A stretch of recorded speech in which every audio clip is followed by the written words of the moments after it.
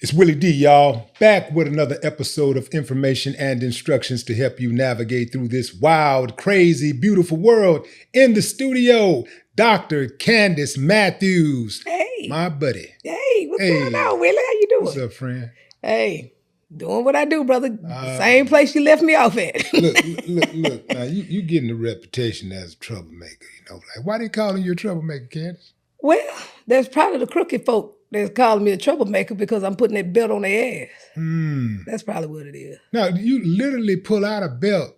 I saw you pulled out a belt the other day when you was addressing that cop. What's her name? Gonzalez? Ashley Gonzalez. Ashley Gonzalez. Mm-hmm. That uncivilized mutt. Mm-hmm. How appalled were you when you first saw that video where she was just going in on black people, calling black people chimps and talking about how she will, if she ends up getting a 911 call tomorrow, if they're black, they're going to jail. She don't give a damn what they did. They're going to jail. Mm-hmm. So what was so interesting was that my girl Grizzly with the Hood News. Shout out to Grizzly, because Grizzly be putting that work in. Oh, yes. So Grizzly had called me. So she called me and she say, sis, she say, I got to send you something. Man, I'm so pissed off, man. This done pissed me off. I'm like, what you talking about, Grizzly? I say, look, I just came back from the taco truck, child. I'm trying to get in here and go, chill, because I already stirred up mess earlier that day. Mm-hmm. And she was like, no, you got to see this. So I was like, okay, send it to me. She sent me the video. Now, mind you, whoever that was involved with this sent it to Grizzly, but they also sent it to me too after Grizzly sent it to me. So I looked at it and I said, what in the hell is this? I said, wait a minute, hold on. Let me rewind this again. And I looked at it again and then I called Grizzly back. I said, Grizzly, when we riding down on this heifer? Because this right here, I have a whole problem and a half. Because one, what I'm really concerned about is how did she even get into the police academy and pass a psychological with these type of ideologies? I have a problem with that. Two, what I looked at was, so she's over at the South Gessner location. That's majority of our people that's over there. Majority of the officers look like us that work in that station. So my question is, how many other people that she have arrested that's black, that look like us, that's in Harris County right now, or possibly TDC, based upon her bias, And I'm like, nah, we finna investigate all that. I said, we finna blow this whole thing up because I'm finna drop her in the grease all the way live. What was particularly disturbing to me was the amount of passion she had for her. She was very comfortable. Well, the passion, she was really passionate about her hatred for black people.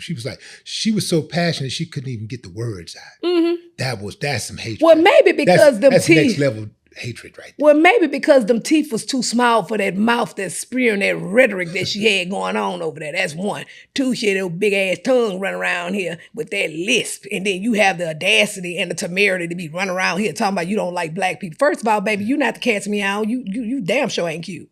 Yeah. You know what I'm saying? First of all, I don't like your hair. Second of all, I don't like that little cheap little rainbow outfit you had on and you over here sitting in the car over here talking all that old cash money shit. No. Baby, I will drag your ass to hell with a gasoline jacket on, and that's what I'm going to do. And that's what I did. Well, and I'll tell you something else that disturbed me about her. I saw Chief Fenner pin her. Mm-hmm. And, Chief, I know for a fact, that's a solid dude. And for her, it's like for him to be in a scene like that with her, I'm one of the worst of the worst. I don't like the fact that she used my boy like that. That's the homie, Yeah. And I mean, obviously he didn't know, but still, when you look back on that situation and you seeing her, a good guy like Fenner, pinning a road cop that he had no idea. Road cop, yeah, and you could see his affection for her was genuine. He was really happy that she was being pinned and he was having the opportunity to do it. And the way that she smiled and the way she seemed if you watch her demeanor, you wouldn't have been able to pick up any of that hatred that she had at all. And the thing is, like you said, you said something key when you said, how is it that she was able to pass a psychological evaluation? in the police academy? Or do they even do psychological Yeah, they do. evaluations? Yes, they do. Well, I think I have an idea on how she passed, because they asked her, did she hate Black people? And she answered truthfully. And, she got a positive mark. Because that's got to be one of the criterias to become a police officer, is that you got to hate Black folks. If you're not Black, you got to hate Black folks, because they ride on our communities way too often. And she is not the exception. She is the rule. She is part of a culture, a nationwide culture. It's definitely not in Houston alone. It's not limited to Houston. This is a nationwide culture. But what I find interesting, when I pulled that belt out and popped that cigar, was talking that trash, and it touched everybody around the nation. It even touched the Houston Police Union, to where they turned around and turned their back on her and said that they wouldn't discuss. Hold on, stop. I'm telling you. The Houston Police Yes, Union sir. said that they were disgusted by it. Yes, the actual president. And then they even used my picture with me with the belt, saying when they seen that video, that was exactly how they felt, was seeing that picture with me in that belt. The Houston Police Department. Yes, yes. And then, look, it gets better. Hold on, will it get better? So, I like to go smoke my cigars and everything. So, a lot of the police officers and things like that, they come over to the cigar lounge and things like that. And I had white officers, Black officers, Asian officers. Everybody was like, thank you, Dr. Matthews, because we really don't agree with what she did. And they were saying, like, this is the issue that we're having within the community with community policing. And this is actually trying to cause a wedge in between the community and police. And we really don't want that. So we really appreciate you, speaking up on it and calling it out. And like I told him, I say, I really appreciate it. I really appreciate you guys, bringing it to my attention like that and things. But don't get too comfortable, because if I get something on your ass, I'm gonna put that belt on your ass too. Because at the end of the day, it's all about accountability. Accountability breeds responsibility. And I'm telling you, I was shocked to see the Houston Police Union, an actual letter from the president stating his disgust, and then using my picture with the belt, saying that's exactly how they felt. So I don't know what's going on, because normally I'm used to seeing in my line of work the police unions rolling with the crooked officers. Blindly rolling with them. And in fact, what they did. I had the police union in Tyler, Texas, Smith County, Tyler, Texas, try to come for me, because I don't know if you remember that happened last year. It was a young lady that stole something out of a Family Dollar, and that officer had that fist, and he was beating her down and everything. And I went down there. So I did a dog whistle on that. The police union down there did a whole video on me. I'm like, oh, so we want to do some videos? Okay, but then let me pull your actual scorecard so the community will know that you're full of shit. These people that spending their tax dollars, and y'all over here not doing what you're supposed to do. Matter of fact, I'm going to pull everybody T-code records in here. I want to see who run around here that's been here for this long period of time that haven't been to no other policing agency. I even want to know about your trainings, because it looked like to me that your ass is running around here just signing a folder and you're not even doing the damn training. I'm going to put a belt on everybody's ass down there. So I'm going to drop the hammer on every last one of you white jokers down there. Baby, I say, do another video. And then I started digging up dirt on everybody. I said, I'm going to dig in your taxes. I'm going to dig in everything. I'm going to have them people coming in now, because I'm about sick of y'all. But the thing is, that's what I'm used to. I'm used to being on the offensive when you're dealing with this type of stuff. But to see this, it kind of took me back a little bit, like, oh, I ain't know that they had a letter. Like, oh, okay. Maybe we moved something in the right direction. I don't know. Maybe it was the cigar. Maybe it was the belt. I don't know. What's the status on her? Well, I know she was fired, but what's the next move for you? Because I know you're not done with it. Oh, absolutely not. So basically when I got the information, all that, I called and talked to the leadership of HPD, and I was like, I know damn well we not finna have this up in here. Because, baby, I would activate all them Black Panther chapters, baby. We're going to stir some shit down here in Houston. And then they was like, no, she's been, relieved of duty and things like that. But she also is under investigation, IED investigation. I'm like, okay, but that's not enough. I said, let me express to you my demands. My demands at this point right now, every last one of those cases need to be investigated who she touched that are African American. That needs to happen foremost first. Yeah. Then the second thing is that I want her T-code license. I want them gone. Now explain to us what that is. So the T-code license is the actual licensure here in Texas for police officers. They have to go through the T-code process and be certified in order to be a peace officer in Texas. Okay. They also monitor their training hours and things of that such. And then you can also, it's available to the public where you want to do a public information request on any officer that you want to find out where they worked, everything. Because see, what I've noticed about being in this activism game, when you're dealing with this racism stuff, we got people that look like us and do the same shit. And one of them, I put a belt on his ass too, that was in Harris County a couple months ago when we was over in Haverstock. And he did some foolishness. And so when I went and did investigating on him and we pulled his T-code history, I looked at every police agency that he worked for. So that's the first step. The second step, you go directly to the police agency and request the police records. And when I requested every record where this guy worked at, he was problematic from the beginning.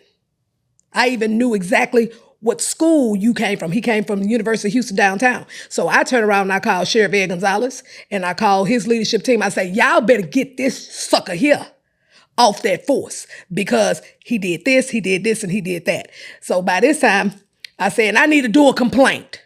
And the person who he wrongfully put in jail need to get a complaint done as well too. So we went on and got that done. And then by this time, you know me, I'm a blast you on social media. I'm worse than 50 Cent, as you know. And that's when the community will come out and the community will start telling us things about this guy. And they actually had video. This was a guy that was driving fast and reckless in a neighborhood area in Greenspoint. Okay. And then bullying the community and everything. I say, yeah, I got something for you too. So at the end of the day, it's actually a tool that the community can use when you're dealing with T-code. What's the greatest tool that the community can use to get some justice against rogue cops? What is this? If you had to name a single greatest tool that you use, what's that tool? Because that needs to be more Dr. Candice Matthews is out there, right. You should not be an anomaly. You should not be an anomaly. It should be very normal for all citizens for us to have obviously everybody can't be an activist. Everybody ain't cut out to be an activist. Right, of course. But it shouldn't be like what you're doing should not be like something that we look at and we say, man, that's extremely brave of her. It should be normal, right? Yeah. So what's that? How are you so effective? Well, one, how am I so effective is that, I make sure that I know the Texas penal codes. You know what I mean? You want to know the laws that governs them. Okay? That's one. You want to know the policies that governs them, right? Then two, you want to know who's in leadership in these certain areas and build relationships with these people. You know what I mean? I don't care if it's good or bad, but build it. And so they would know that this is something that I'm not going to play with. Also, the exposure piece is very, very, very vital because you want to ensure when these suckers doing what they're not supposed to do, you want to be able to expose it with direct evidence, not hearsay.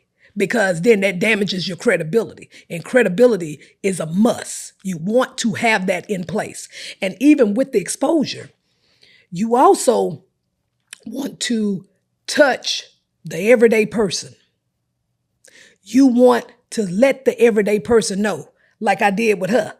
Who all had any type of interaction with this woman? We need to do a call to action.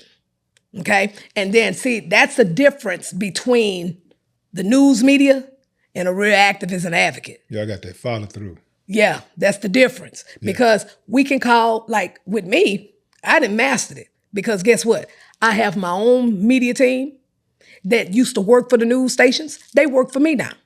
Okay? Then on top of that, I have the platform. Like I have more followers than the average news station, combined with all of my social media platforms. Then I also have a huge 1 million email list where I can email articles. Then we can go directly into Newsbreak and have the online articles from the news people that work for me create just like the news stations, and we send it out. Then I have resources where I got everybody number where I can send text messages to anybody across the United States. See, the key is awareness, but you have to have the evidence to back it up. Just like that video evidence, it's a shock value. That's how you get stuff to move. Yeah, it seemed like to me you're applying one of our old tactics. It was our primary tactic when we were making records. And that was to expose them. Because a lot of times people feel helpless when they're going up against these powerful people that are in positions of authority. And let's make no mistake, they're only as powerful as the people allow them to be. Correct. Like, we give them the power, we can take the power away from Correct. them. So what they rely on is fear and intimidation. You won't expose them, but the moment you get enough courage to expose them, then they go scary and they're scared because now they know, oh shit, the jig is up. The jig is up. She just exposed me. That might encourage somebody else to expose me. Now they looking all up into my stuff.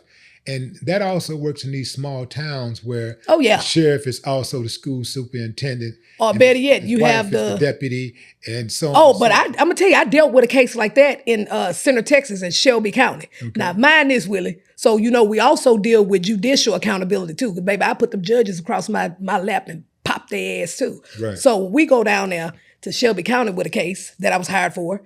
And I walk in there. Now, mind you, this is when the meta glasses came out. So one of my camera guys had the meta glasses on. And then they telling us, okay, we go through the little security and things like that and tell us that we have to go to a room, a conference room, and sit down. Okay, so I'm thinking we going to the conference room. I'm thinking we about to have a monitor so we can see what's going on in the court. We didn't get a chance to see nothing. That is a violation. And we had it all on camera. Baby, when I got through with that judge, I wasn't playing with her because I did an SCJC complaint on her behind, because in Texas, it's open courts. You cannot have citizens not to be able to participate in courts. Now, what is period. SCJC report? The SCJC here in Texas is the governing body over judges.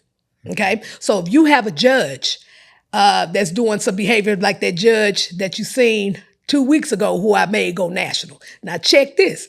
I exposed that joker back in August of 2025 and did a judicial complaint on him back then because I had emails, I had text messages of his behavior that was now displayed a couple weeks ago on film.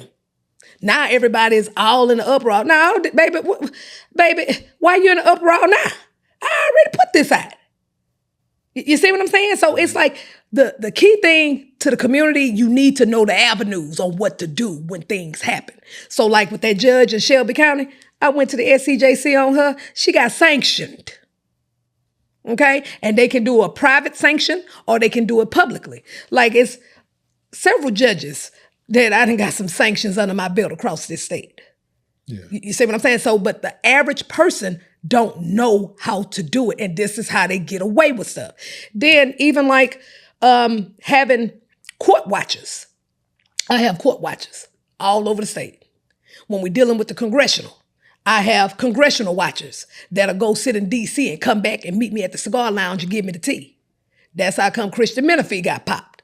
Because you are in a historical district which is District 18. We lost Sylvester Turner. We lost Sheila Jackson Lee. Now you're running for Congress. So why you miss 8 votes? Why did you miss 8 votes for a district that's already been underrepresented? Okay? Now bring the people up to speed on what you're talking about with Menifee. As far as, well, I endorsed them. Okay. You know what I mean? But that does not exempt you from accountability. It does not. So I'm out of the loop. That's what I'm saying. Yeah. I'm out of the loop. So Christian Menifee. Let me know what you. Okay, so Christian Menifee used to be our county attorney here in Harris County.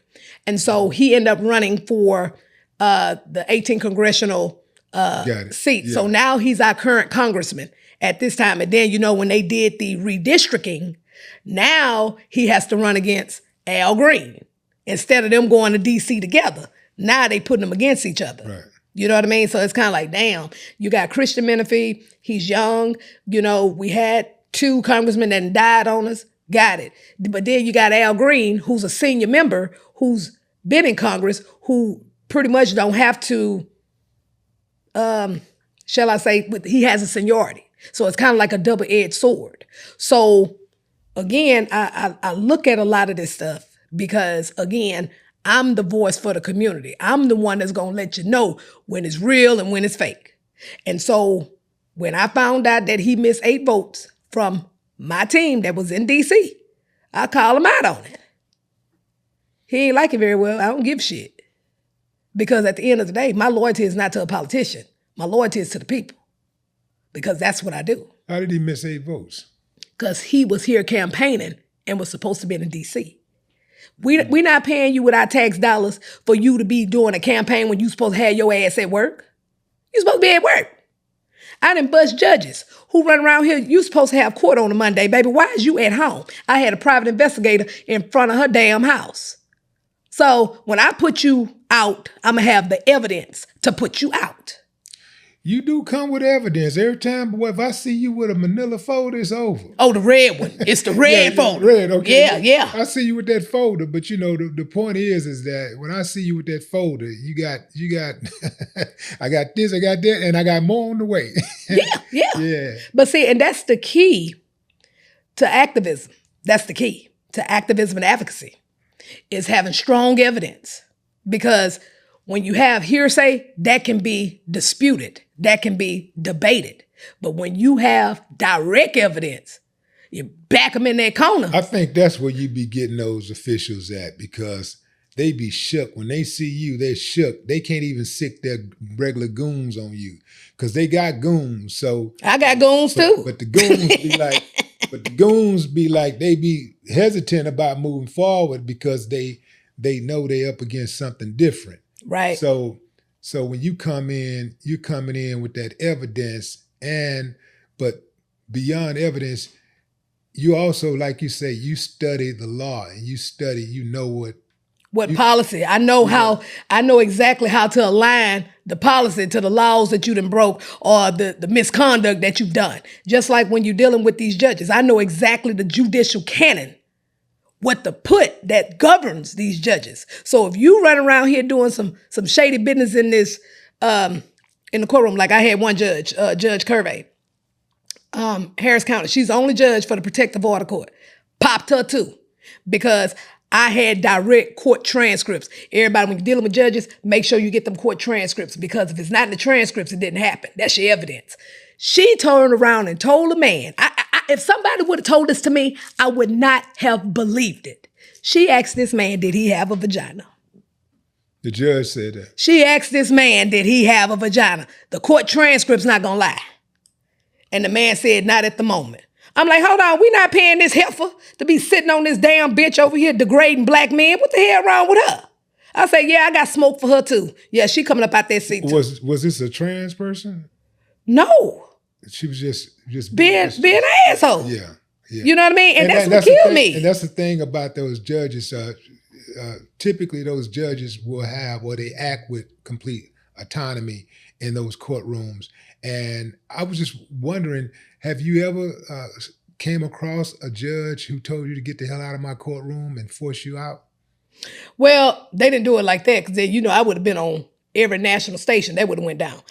I had one of them where I was Judge Lillian Alexander. I did a judicial complaint on her in Harris County. She's a family court judge, 507th.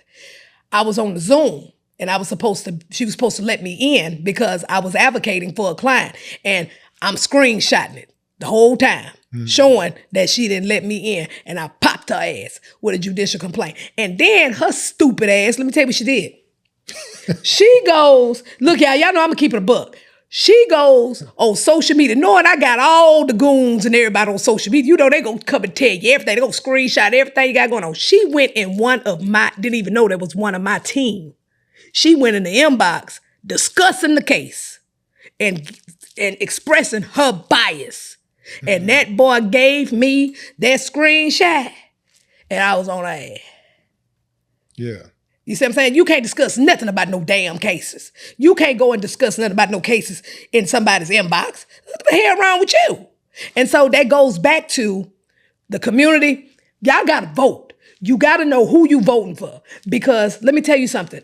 We have the power to hire and fire these suckers. And when they don't do what they supposed to do, we go to the polls and put the belt on their ass. Straight up. Just like I let them know, baby, y'all work for us. We don't work for you. This not your courtroom. This is not your kingdom, because I'm gonna kick your ass right up out of here.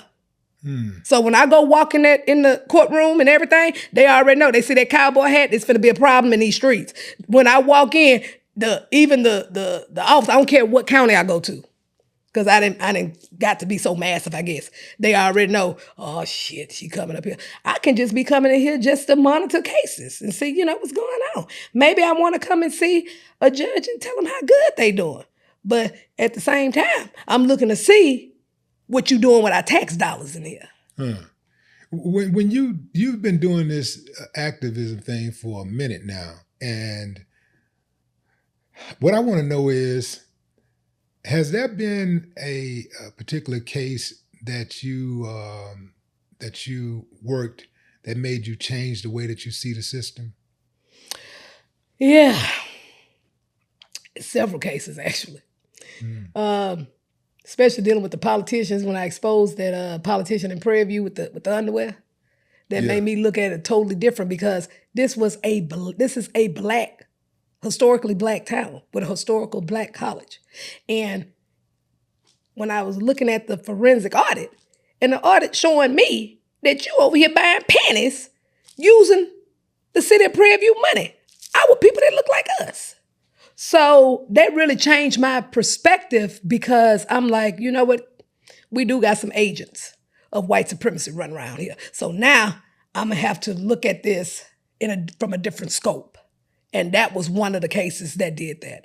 Another case that did that, dealing with CPS.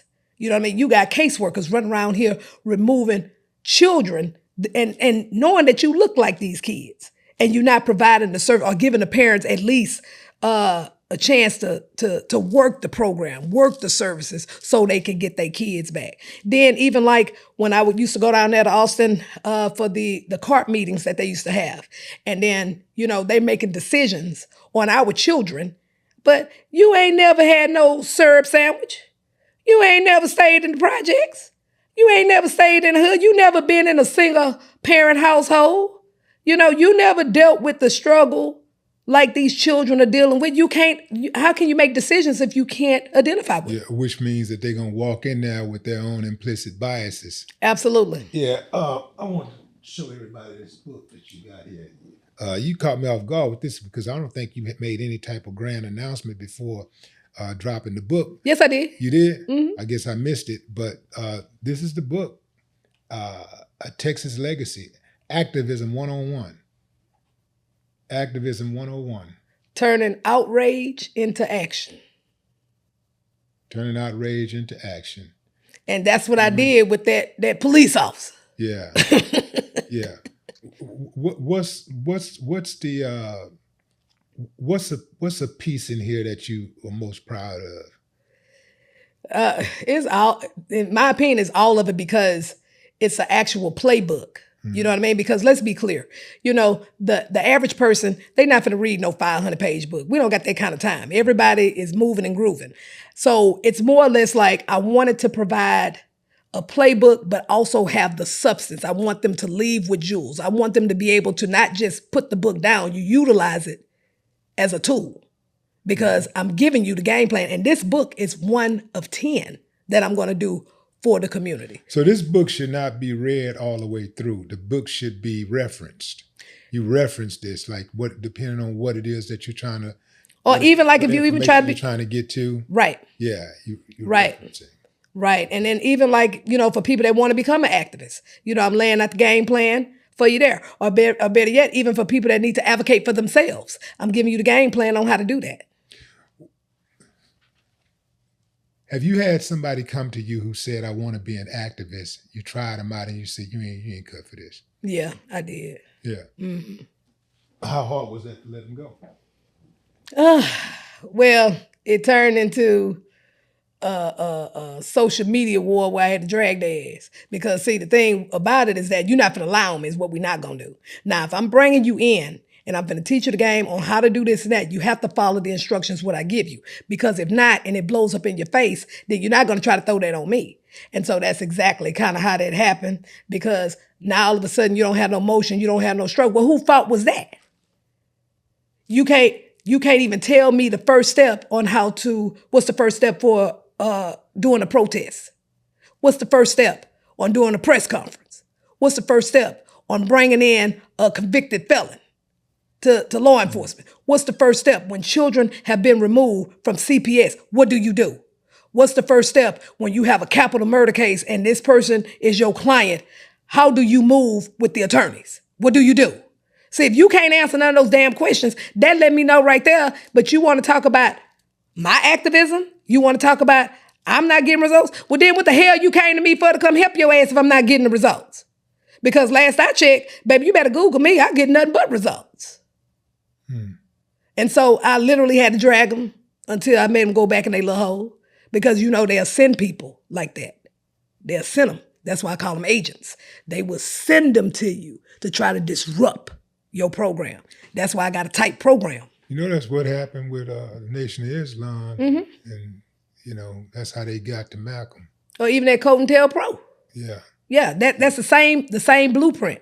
And so that's why I'm very funny about who want to try to come in. They want to try to get close to you. Now I don't need you getting close doing none of that.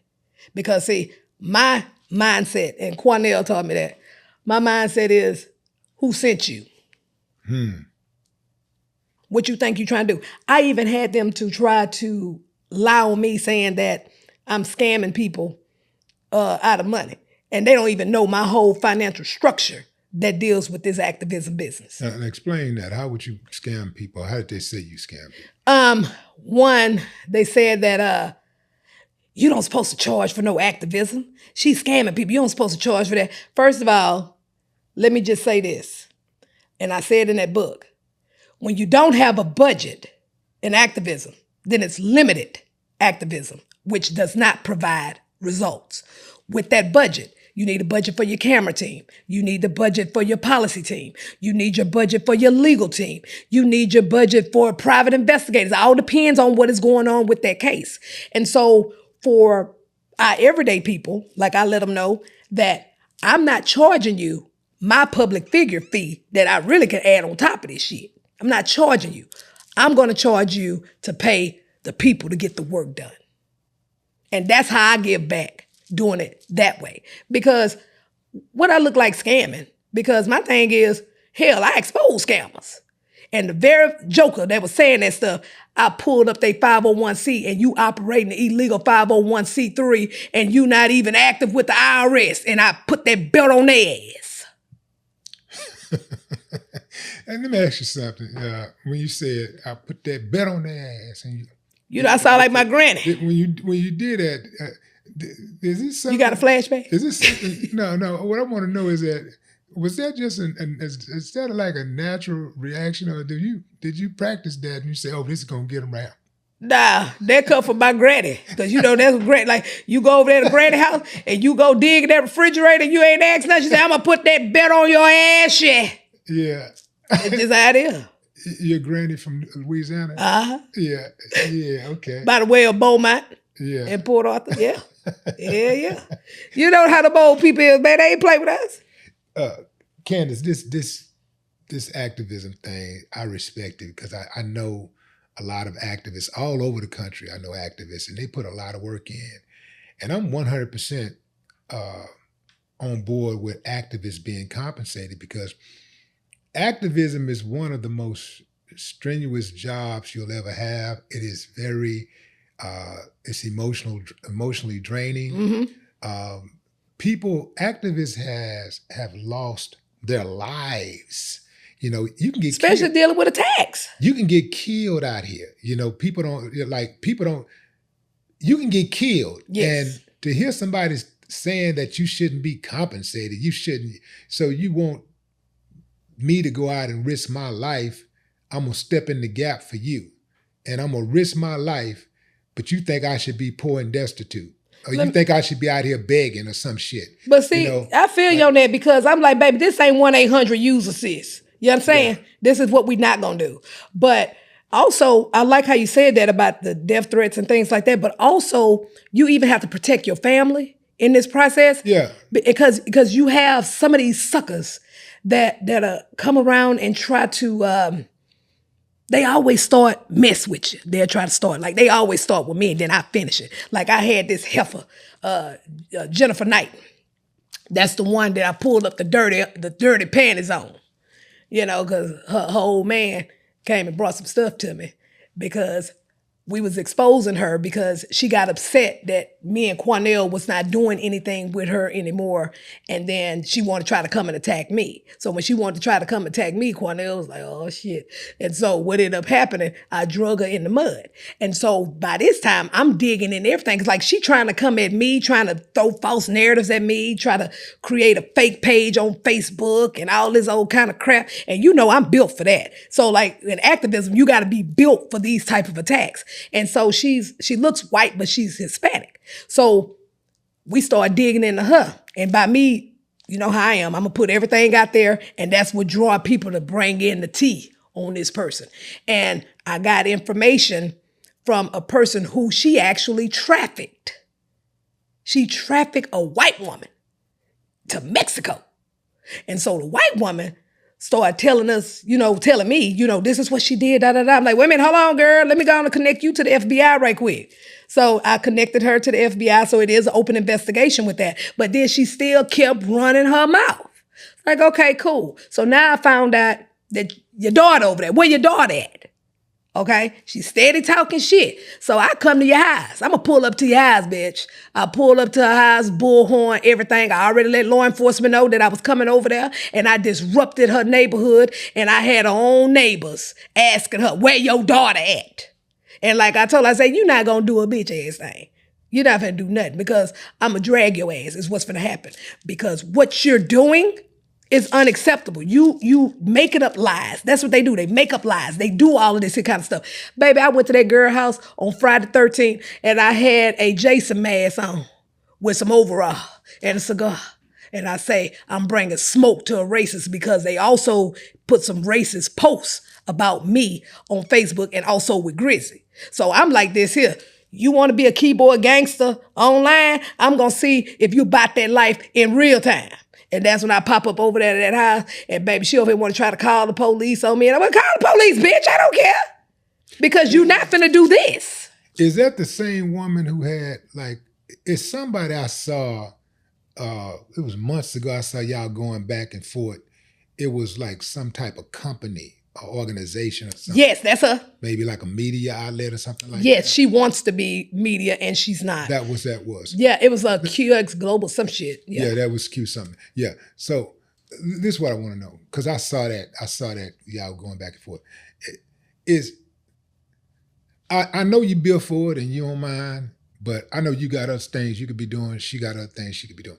Is there any way that y'all can squash what y'all got going on? No, because see, let me tell you something. First of all, you're a disrespectful joker, okay? And then you're not going to lie on me. That's what we're not going to do. You see what I'm saying? Some stuff is just unforgivable. You know what I mean? And some stuff, I just can't have you in my space. And I'm going to drag you every time I get a chance to if you come over here, keep playing. You know what I mean? And that was exactly what she was doing. And said, that's part of this activism. You got people that try to do the clout chasing. You have people that are try to lure you in. But see, I'm the kind of person, I start the chaos. You know what I mean? So you can't lure me into nothing. I gaslight you before you gaslight me. And then she tried to bring in one of her little partners, little Eric Sanchez dude. He was trying to terrorize Grizzy. Then he tried to come terrorize me. Then he tried to come for Johnny Binder and all kind of stuff. I said, wait a minute, this little short little shit. So I pulled up on him. I pulled up on him at the matter of fact, at a Harris County court hearing because he did something where he was charged or whatever, but he ended up getting dismissed for it. And I told him straight up, you going to jail, bitch.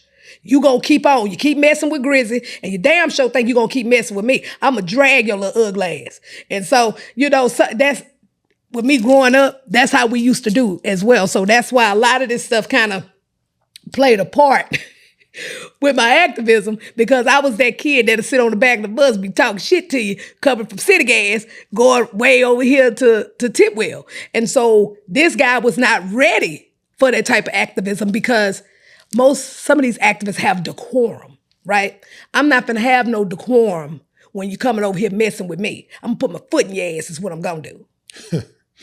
Okay? And I walked that boy down at the court. And I walked him down because I'm going to tell you what else he did. He tried to come to the cigar lounge, lying and stirring up shit. Talking about, she's harassing me. Man, hold on, bro. You just put a picture on my house, a picture of my house on social media. And then you coming over here to my cigar lounge where I smoke to try to stir up some shit.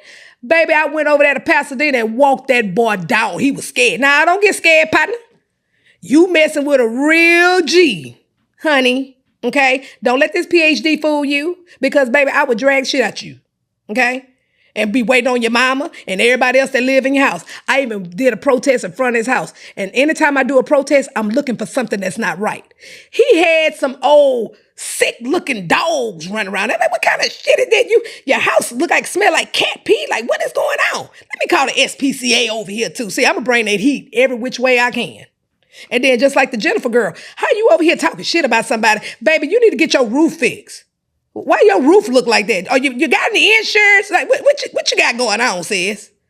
And you over here want to try to come for me. And then I even got so intense because when you come with that racist stuff, see, I'm going to let everybody in your neighborhood know you're racist. We put door hangers on everybody's door with their pictures on it.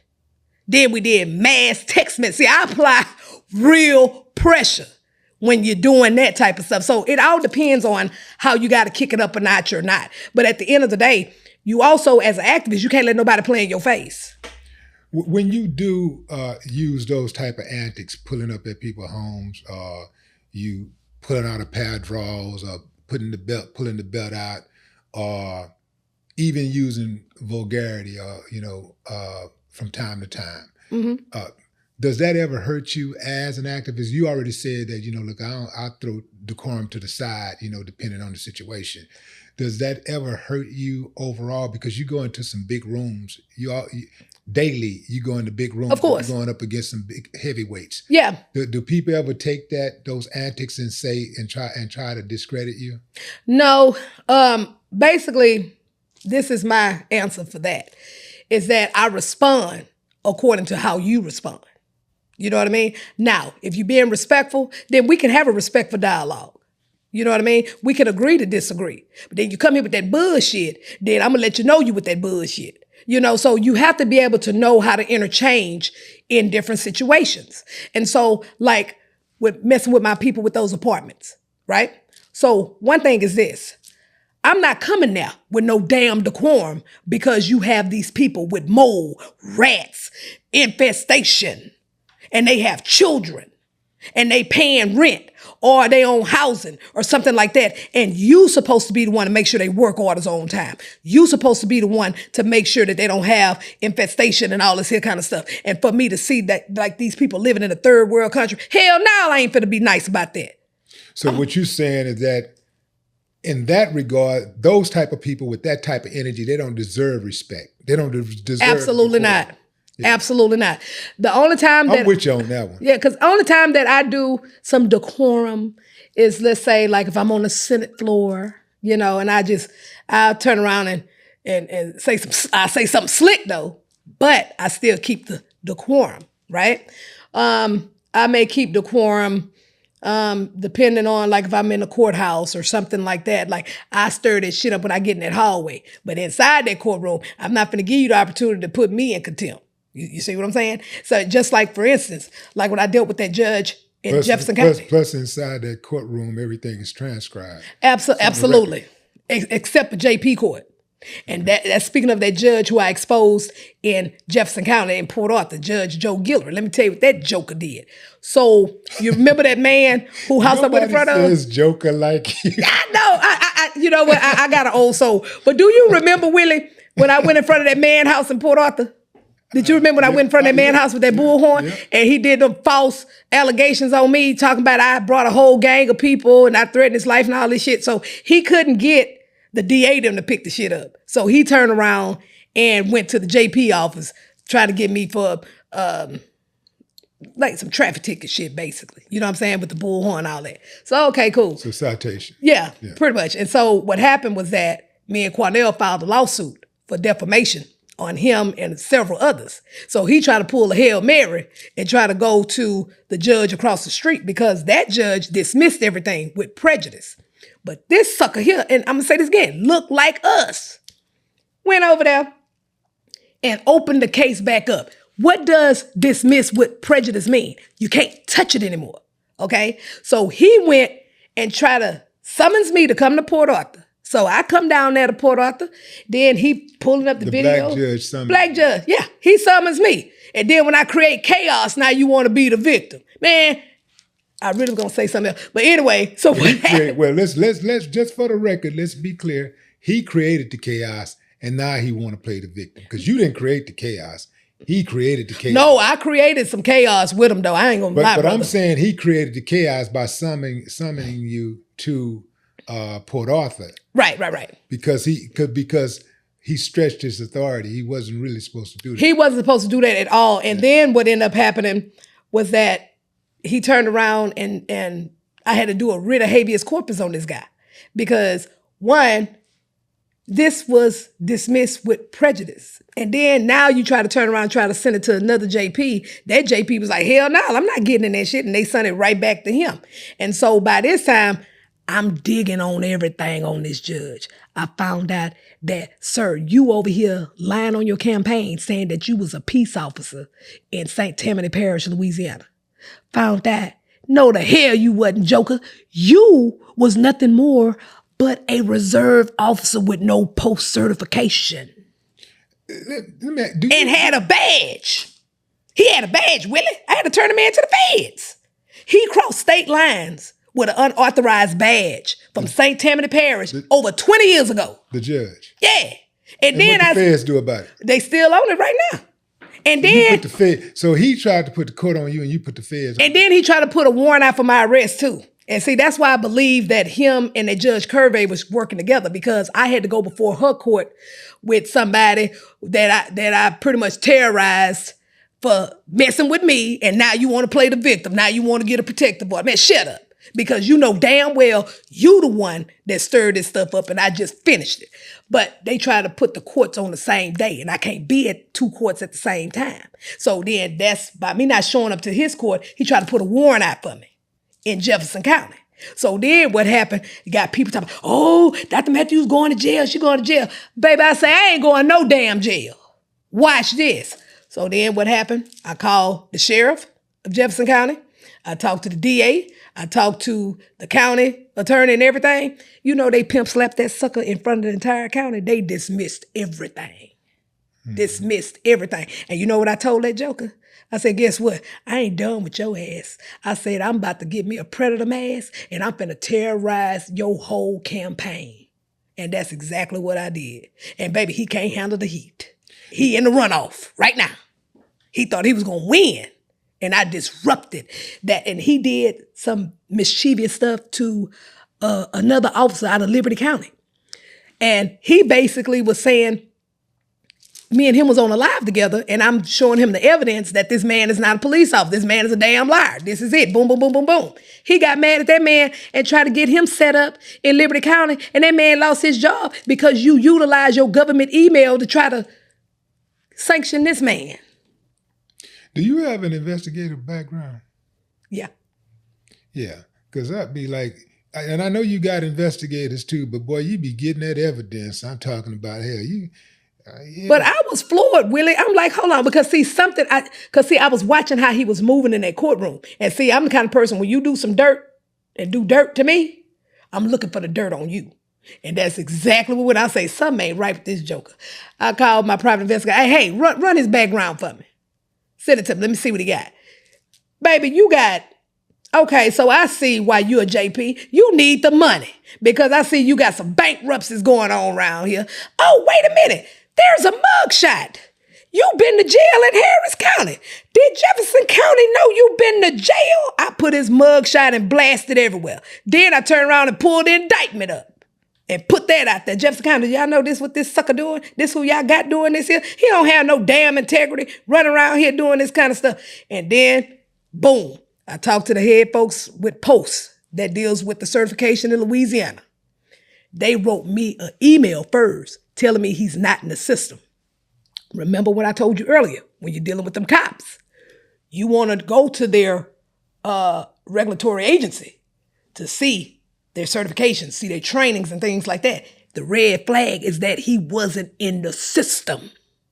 So then, okay, he said St. Tammany Parish. I reached out to St. Tammany Parish and did a public information request. Give me his whole file. And that's how I found out that you took that badge. You took these people materials, including their badge, and never brought it back. And he had that shit for over 20 years. And I had the video where he's showing it at a damn campaign. I say, where they get these people from, bruh? I wish I could be a fly on the wall when you call your lawyer. Every time you call your lawyer, and they try to jam you up. I have a team of them. That should be funny, bro. Candice, what we got? But like my lawyers be like, smash the gas on them. Yeah. Because I have the direct evidence. And then we'll turn around and be like, your lawyers got to be like that. You got to have hitters. You got to have the type that be wanted, that's ready for the action, that wanted. Hey, we can settle, but I'd rather litigate. What you want to do? Exactly. Yeah, and so make it light on yourself. Yeah, because it was so interesting. And then the cold thing is, then it brought other people who he done dirty in their courtroom.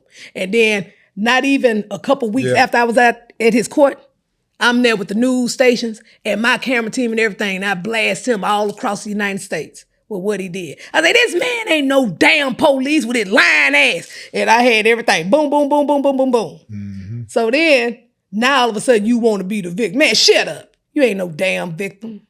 I'm going to drag your ass in the grease, sir. You not going to win that race this time, sucker. You might as well go on ahead and get you some little unemployment somewhere and try to work on your money problems. That's what you need to do. Then I found out he was married several times. I say, oh yeah, you the problem. You was married several times. How many divorces you done had? Oh, wow. Yeah, found all of that. I had the recording where he said it himself. Then found out it was a lawsuit that he had with Hard Riders, the motorcycle club, that he lost because he with the bullshit. I say, okay, yeah, he one of them. Yeah, I'm finna put that bet on his ass too. I'm sick of it. Yeah. You alluded to how the activism work has affected your family in the past. What type of price have you paid in regards to your family and your activism? I've paid a serious price because, my family, it puts them out there. You know what I mean? Like my husband, OG dude, you know what I'm saying? And he can go to the little hole in the wall to go shoot pool or something like that. Oh, that's Dr. Matthews' husband. Where your wife at? Because I need her to help me with a case. He trying to go there to go shoot some pool and kick it with his friends. He not trying to have nobody coming at him and saying, oh, you Dr. Matthews' husband. He in the damn grocery store. So my husband used to be a street dude back in the day. He's not used to that. You know what I mean? And so even if he was to even try to get back in the street, you can't do it. You know what I mean? You can't move that way. And so that it takes a toll a little bit on him like that. Even like with your children and my stepkids and things like that, because I had one of these heifers, because I was digging on her so bad that she tried to dig on one of my stepkids. You know what I mean? And then that's when I found that video of her getting beat up. And then after that, she went into the abyss somewhere. But it's just the fact that it does come with, some sacrifices. Even like you have to know how to move. You can't roll with everybody. You can't deal with everybody. You can't go to different places. You know what I mean? You have to go to places where everybody know your name, like Cheers. You know what I mean? I have a certain person that make my drink. I have a certain person that get my cigar. I got a certain person where I park and how I move. Because all it takes is one time. And they going to have me all over social media and on national stations. Yeah, you all over social media and all over national stations already. Yeah. How are you dealing with that though? Like, cause I think over probably like the last 2 years is when things have kind of exploded for you on social media and just as far as your overall image out there. Like, how has it been for you personally? Like, every day, all day, phone ringing, people want help, people need help. What has that done to your mental health? Well, I have to take a mental break, bro, because otherwise it will take a toll on your mental. And that's why I make it very, very, very clear. Like Sundays is Sunday fun day. Okay? I'm with my family. Call me Monday. You know what I mean? Or sometime me and my husband will just get away for a little bit. Go hang, get with the children. Do some stuff with the kids. Do some stuff with the grandkids. You know what I mean? So it's like you have to have a mechanism in place for that, because it can be a huge toll. And then even like since everything has changed and elevated, with social media and things like that, it has its good, it has its ups and its downs. But the thing is, I take it with stride, bro, because at the end of the day, I'm doing something for the people. I'm helping them. And so if I can stand in the gap for you, then that's what I'm going to do. But if you come over here lying and shit, then I'm going to put that bet on your ass. How often are you and Quan having these back and forth discussions about strategies? Probably about out of 7 days, maybe 4 a week. Yeah. Me and him always stay in contact, because like sometimes I have to go to him and say, hey, brother, this is what I got. Look at this. Da da da da da da. Then he'll give me his, expertise on, look, you need to move this way with it. You need to move like this. Da da da da da da da. And what I've noticed too? Most of my mentors are men. They're men. Yeah. Why do you think that is? You know what? Happenstance? In my opinion, I identify better with men than women. I identify better with men. And I always look at what Quardell used to say. He said, I'm going to make you the female me. And I thought he was crazy as hell when he said that shit. And look what's going on. Mm-hmm. You know what I mean? So I want to deal with people who actually have that experience in that area. And so that's just kind of how it is. Well, thank God that's how it is for the people of Houston, man. And you have been, a diamond in the rough for us. We need somebody on the front lines that's going at it, and we could have so much more, but we just happy that we got you. We need that fighter. We need those fighters. We need more. If somebody wanted to become an activist, or if somebody just wanted to get down with your team in any capacity, whether that be they want to be on the front lines or whether they want to be in the back organizing, what should they do and how should they reach out to you? Well, actually, we're going to investigate you first, because I need to know who you are. I need to know where you come from. I need to see what your credit score is looking like. I need to see, if you're not one of these jokers that want to get over here and think you're going to just get money or probably be stealing money or something like that. I need to know who I'm dealing with before I bring you in my family. That's how I look at it. Why is the credit score important? Credit score, because, see, I need somebody that's not easily influenced by money. Just like how the feds do in the federal penitentiary. You can't work for the feds if your credit score is wrong because you can be easily bribed in federal prison. They want to make sure that you're financially, you ain't got to be rich, but they just want to make sure that you ain't in debt. Correct. Because you'll flip on me if you're in debt with the right price. Yeah. You know what I'm saying? So you definitely want to be on top of that. But if they want to reach out to me, you can go to my email, doctor, which is Dr. Candice, Candice, Matthews, then N for new, B for black, P for Panther, N for nation @gmail.com. Then, of course, my business cell, 832-291-9995. But don't come here with no weird shit. Because, see, I got folks that handle folks with weird shit. You know what I'm saying? I just got to be real about it. Because I know I'm a nice-looking woman and everything. You know, you got folk that be having some weird shit going on, and you're going to get your ass whooped come up with that stuff. I'm just saying, like, for real. Like, I don't be having time, honey. No. Don't come up here with this pervert, weird-ass vibe and all that, and you can get your ass drugged. Like, we don't got time. No. I'm telling you, Willie, it's some crazy shit, man. They got some crazy people. I got to call it out. I'm sorry. You'll be all right. Yeah, well, I don't think you're going to have too much issues with that. But there's always one. It is. Right? Yeah. Weirdos, man. And then you'll be surprised how these people are weirdos online. But then when you catch them in public, when they doing some weird shit, then you want to go play like you the victim and stuff. Man, shut up. So again, like I said, you want to come, we're going to check you out. We're going to make sure that you're not easy to be flipped with money and all this here kind of stuff. But you can't come here with no weird shit either. And then I need to make sure you ain't no hoe too. You know what I'm saying? Because when we dealing with all these different people and stuff like that, I don't need you running around here trying to sleep with the clients. I don't need you. You know what I'm saying? Like you got to have people that have integrity. You got to have people that are not easily influenced, that are not easily to bring liabilities to you. You know what I mean? And then on top of that too, I got to see who sent you. Because, you know, they quick to want to try to come and disrupt what you got going on. They try to disrupt a moving machine.